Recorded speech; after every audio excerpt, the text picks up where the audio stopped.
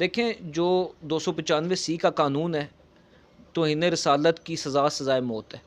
جس کی کم سے کم سزا بھی سزائے موت ہے اور زیادہ سے زیادہ سزا بھی سزائے موت ہے۔ اس کے خلاف اس وقت ایک سازش، عالمی سازش ہے جو کھیلی جا رہی ہے، آج نہیں کھیلی جا رہی، بہت عرصے سے کھیلی جا رہی ہے۔ 2017 کا ایک دھرنا بھی اسی کی وجہ سے ہوا، قانون میں تبدیلی کی گئی، اس کی رپورٹ نہیں آج تک آئی کہ وہ کس کے کہنے پر قانون میں تبدیلی کی گئی تھی۔ آج پھر اسی قانون کے خلاف سازش کی جا رہی ہے۔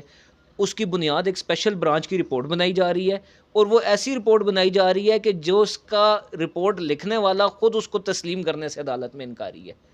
تو کیا ایسی رپورٹ جو اس کو لکھنے والا اس کو تسلیم کرنے سے انکاری ہے، اس کے تھرو یہ سازش کھیلی جا رہی ہے